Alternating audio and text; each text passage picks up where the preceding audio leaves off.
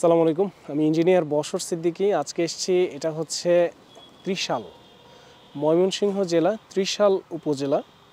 এটা হচ্ছে বালিপাড়া ইউনিয়ন। ত্রিশাল থেকে একটু ভিতরের দিকে আসলে হাতের ডানে বালিপাড়া ইউনিয়ন। খুব সুন্দর এরিয়া। আমরা এই বিল্ডিংটা ডিজাইন করেছি আরও বছরখানেক আগে।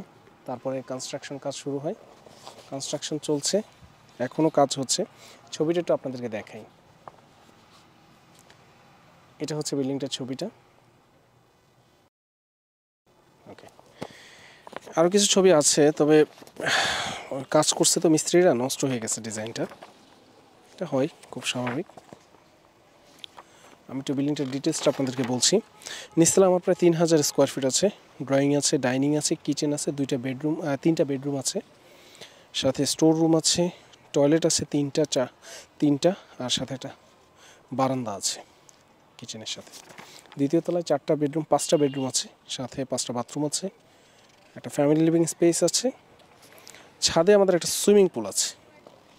কনস্ট্রাকশনটা এই বিল্ডিংটার কনস্ট্রাকশন করেছেন বা মালিকপক্ষ ওনাদের মিস্ত্রি দিয়ে। আমরা এটার সুপারভিশন করেছি।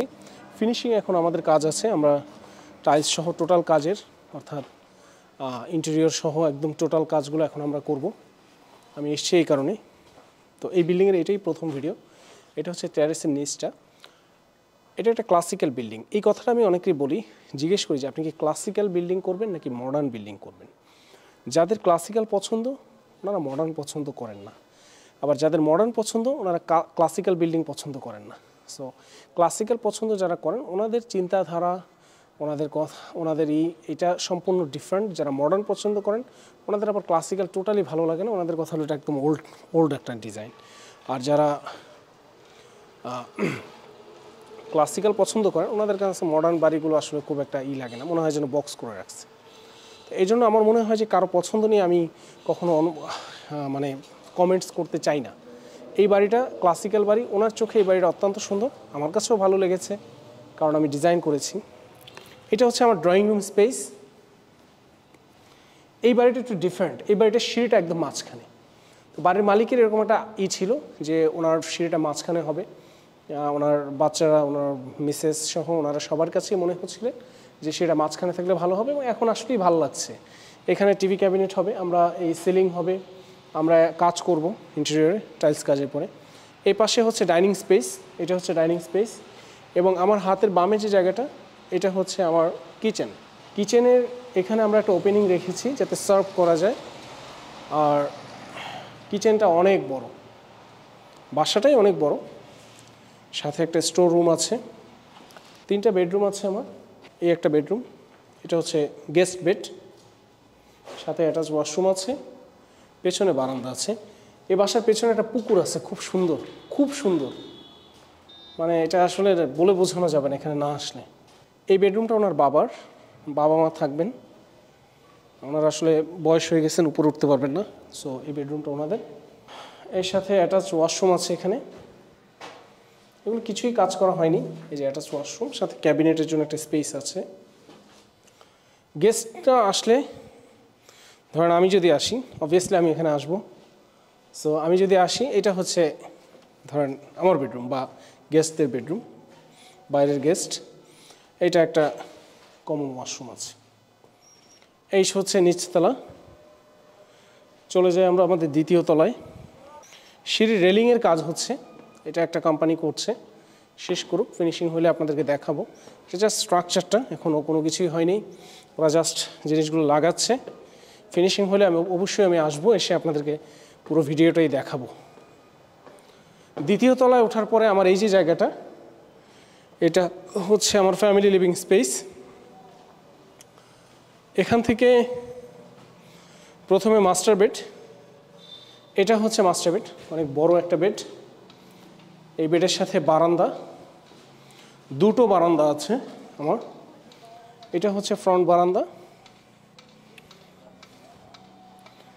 আর এটা হচ্ছে সাইড বারান্দা। পরিবেশটা খুব সুন্দর এই বাসার। আমি এর পরের ভিডিও যখন করব তখন দিনের বেলা আসবো, আজকে একটু বিকাল হয়ে গেছে। সামনের বারান্দাটা একদম খোলা। এটা ওনার বাচ্চারা থাকবে, সো উনি চাচ্ছিলেন যে পুরো বারান্দাটা খোলা থাকুক, দেখতে ভালো লাগবে।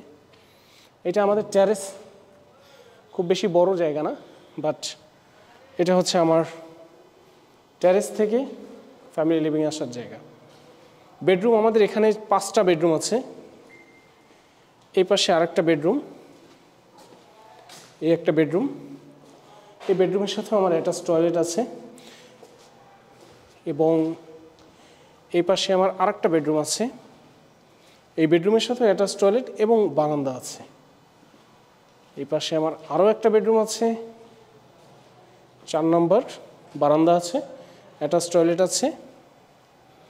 এখানে আমাদের একটা ড্রাই কিচেন করা হয়েছে, অর্থাৎ নিচতলা থেকে খাবারটা এনে এখানে রাখা এবং এখান থেকে চাইলে সার্ভ করা, বা এখানে চাইলে টুকটাক কিছু স্ন্যাক্স করা যাবে, স্ন্যাক্স এই করার জন্য। 5 নম্বর বেডরুম হচ্ছে এটা, ওটা ওনার বাচ্চার বেডরুম। ওনার বাচ্চা চাননি যে বারান্দা থাকুক, সো বেডরুমের ভেতরে নিয়ে আসা হয়েছে এবং এরকমই পছন্দ করছেন। জিনিসটা দেখতে খুব সুন্দর হচ্ছে। এটা সত্যি কথা হচ্ছে আমাদের প্ল্যানিংয়ে ছিল না, এখানে একটা বারান্দা ছিল, বাট ওনারা নিয়ে নিয়েছেন অ্যান্ড এটা এখন ভালোই লাগছে দেখতে। ছাদে চলে যাই আমরা। এই সিঁড়ির রেলিংয়ের কাজ হবে, কাজ বেসিক্যালি হচ্ছে, একটু সময় লাগছে বাট হয়ে যাবে। এটা হচ্ছে আমাদের ছাদ। আমাদের এই যে রুফটপটা, এটা একটা গ্লাসের কাজ, লাইট পাসিংয়ের জন্য। এই যে বাসাটায় ঘুরলাম, ঘুরতে ঘুরতে ছাদে চলে আসলাম। বিকাল হয়ে গেছে, এখন একদম সূর্য ডুবে গেছে। ডুবে গেছে বলতে যাচ্ছে ডুবে। আপনি খেয়াল করেন আমারও কিন্তু কোনো লাইট লাগে নেই। কেন? কারণ আমার এই পুরো বাসায় কোথাও সামান্যতম অন্ধকার নেই। আমি এটা রাখি না, ডিজাইনের এটাই হচ্ছে মূল জিনিস। ছাদে আমার একটা সুইমিং পুল আছে, সুইমিং পুলটা ঢালাই এখনও হয়নি।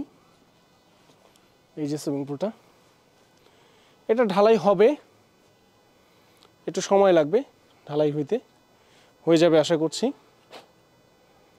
এটার কিছু আমি আজকে এসেছি এটা নিয়েই, যে এখানে সুইমিং পুলের বেশ কিছু কাজ আছে, যেগুলো মেশিন হইতে শুরু করে বেশ কিছু জিনিসপত্র আছে, এগুলো লাগিয়ে এখানে এটা আরও উঁচুতে যাবে, উপরে স্ল্যাব হবে, সিঁড়ি হবে, কনস্ট্রাকশনের বিষয়গুলো ওনারাও আমাকে ডেকেছেন।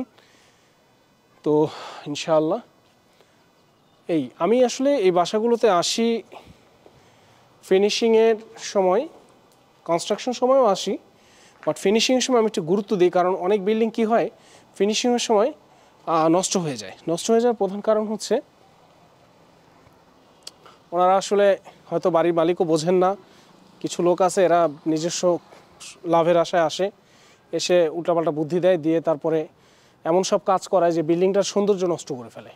তো এই জিনিসটা যাতে না হয় এই জন্য আমি ইনভলভ হই, সাজেশনগুলো দেই।